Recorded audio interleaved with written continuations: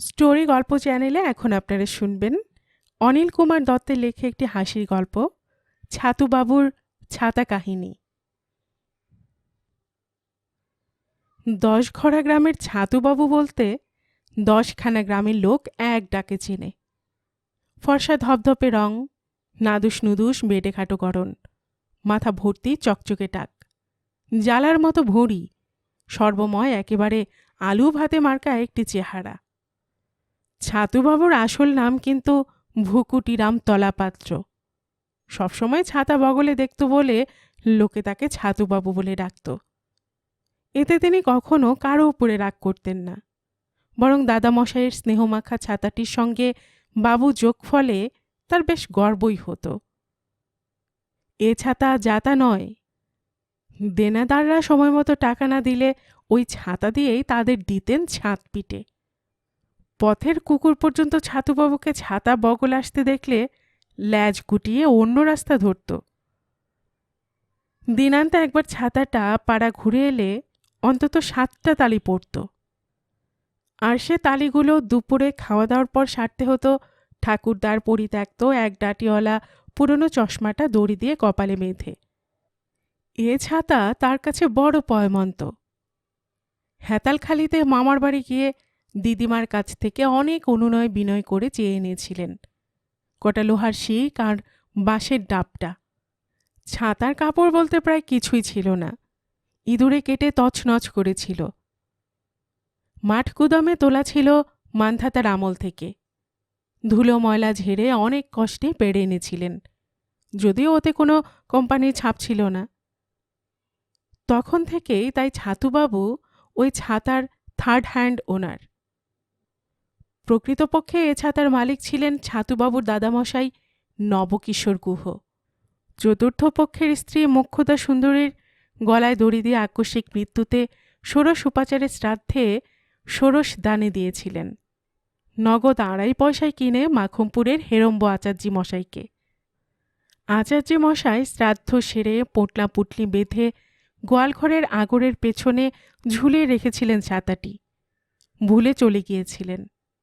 পথে নৌকা ডুবিতে আচার্যি মশাই বৈতরণী পার হয়েছিলেন। পরে খবর আসে নবকিশোরের কাছে। সেই থেকেই নবকিশোর নির্বিবাদে ছাতার ওনারশিপটা পেয়ে যান। ছাতুবাবু ছাতাটি কখনোই হাতছাড়া করেন না।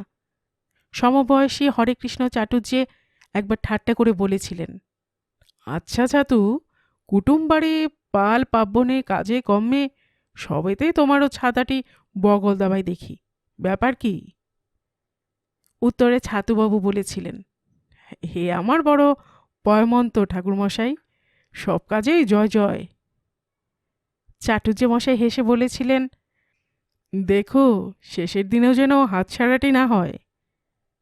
ছাতুবাবু বলেছিলেন, সে আর বলতে, আমার স্ত্রীকে বলে রেখেছি যদি আমি আগে যাই আর কিছু না দাও, খাটুলিতে ছাতাটা তুলে দিও।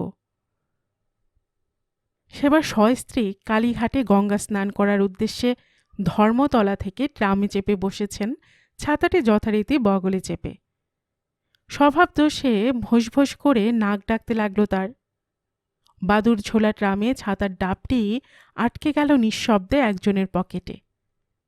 মোমিনপুর আসতেই ছাতুবাবুর চিরসঙ্গী এক টানে লোকটির সঙ্গে চলে যাচ্ছে দেখে স্ত্রী হেমলতা চিৎকার করে উঠলেন, হ্যাঁ গা, তোমার ছাতা যে লোকটা নিয়ে পালাচ্ছে, ওগো তোমরা গাড়ি বাঁধো। হতচকিত হয়ে ছাতুবাবু এক লাফে ধরেছেন ছাতার অন্য প্রান্তটি একেবারে ট্রাম লাইনের ওপরেই। দুজনের মধ্যে জোর বাগবিতণ্ডা শুরু হয়ে গেছে।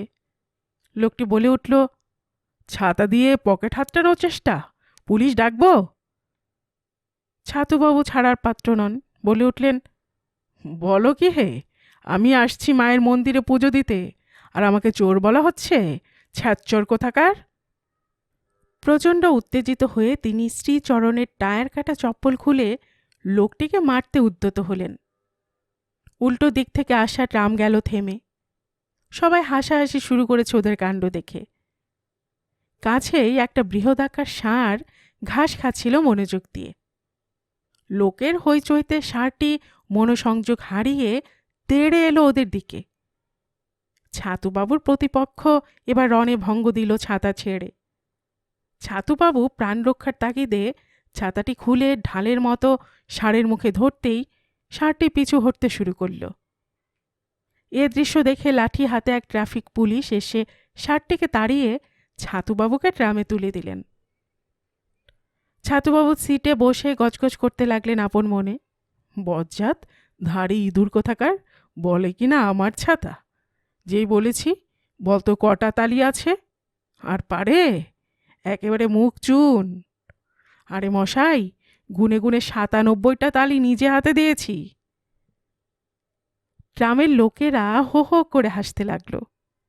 একজন বলে উঠল, আর ৩টে দিয়ে সেঞ্চুরিটা পূরণ করেই দিন না। ছাতুবাবু বলে উঠলেন, ৭৬টা যা টানাটানি করেছে তাতে সেঞ্চুরি ওভার হয়ে যাবে। কালীঘাটে ট্রাম থেকে নামতেই দুজন পাণ্ডা ধরেছে বাগিয়ে ছাতুবাবুর ছাতাটি। আসুন বাবু, মায়ের মন্দিরে একেবারে নির্বিঘ্নে মায়ের চরণ স্পর্শ করে দেব, কোনো অসুবিধা হবে না। ছাতুবাবু ঝঙ্কার দিয়ে বলে উঠলেন, ছাড়ো তো মশাই, ছাতা ধরে একই রসিকতা, জবাই করার আর লোক পাওনি? তোমরা পাণ্ডা না গন্ডা? অত গুড় আছে নয়, এখানে আমাদের নিধে আছে। পাণ্ডা দুজন ছাতুবাবুর ছাতা ছেড়ে ওর মুখের দিকে তাকিয়ে রইল। বললেন, পাণ্ডাগিরি করো আর নিধেকে চেনো না? নিধিরাম আমার পাড়ার লোক, মাতৃভাণ্ডারে থাকে, ওই সব ব্যবস্থা করে। পাণ্ডারা বলে, এত কথার দরকার কি, সকালবেলায় বনিটাই কেটে দিলেন। ছাতুবাবু বললেন, আমাকে আর কালীঘাট চিনেও না, সেবার বাবার সঙ্গে এসে জোড়া পাঠা বলি দিয়ে গিয়েছি আটনের তালগাছের মামলায় জিতে। মা আমার বড় জাগ্রতা, বলে মন্দিরের দিকে ছাতা তুলে প্রণাম জানালেন। অগত্যা পাণ্ডারা মুখ ভেঙচে বলে গেল, যাও যাও, ওই ছাতাই তোমায় নাচাবে। মাতৃভাণ্ডারে নিধিরামের খোঁজ পেয়ে ছাতুবাবু ওখানে ছাতা ও অন্যান্য জিনিসপত্র রেখে গঙ্গার ঘাটে ভিড় ঠেলে স্নান তর্পণ সারতে গেলেন। স্ত্রীকে বলে গেলেন জিনিসপত্রগুলো লক্ষ্য রাখার জন্য। ট্রামবাসের ধকলে অসুস্থা হেমলতা যাত্রী আবাসে বসে ঝিমোতে লাগলেন। এদিকে যথারীতি স্নান তর্পণ সেরে ফিরে এসে ছাতুবাবু লক্ষ্য করলেন যে শায়িত হেমলতার পাশ থেকে তার ছাতাটি অদৃশ্য হয়েছে। ছাতার খোঁজে চেঁচামেচি শুরু করে দিলেন ছাতুবাবু। স্ত্রীকে অযথা ২-৪ কথা বলেই ফেললেন। আমি পিতৃ শ্রাদ্ধ করতে গেছি আর তুমি আমার ছাতার শ্রাদ্ধ করে বসে আছো, বলি এত ঘুম কিসের? হেমলতা ফুঁপিয়ে ফুঁপিয়ে কাঁদতে শুরু করে দিয়েছেন। দোকানদার বলে উঠল, ছি ছি ছাতুবাবু, সামান্য একটা ছাতার জন্য মহাতীর্থে এসে মায়ের চোখে জল ফেলাচ্ছেন। ছাতুবাবু আরও রেগে বলে উঠলেন, আমাকে মাতৃভক্তি শেখাচ্ছ?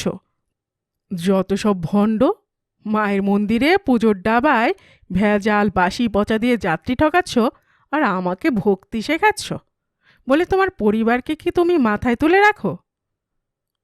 দোকানিও সহজ লোক নয়, পাটায় দাঁড়িয়ে বলে উঠল, এত সাহস আমার দোকানে দাঁড়িয়ে কিনা আমাকেই গালাগাল। ওদের চিৎকারে লোকজনের ভিড় জমে গেছে।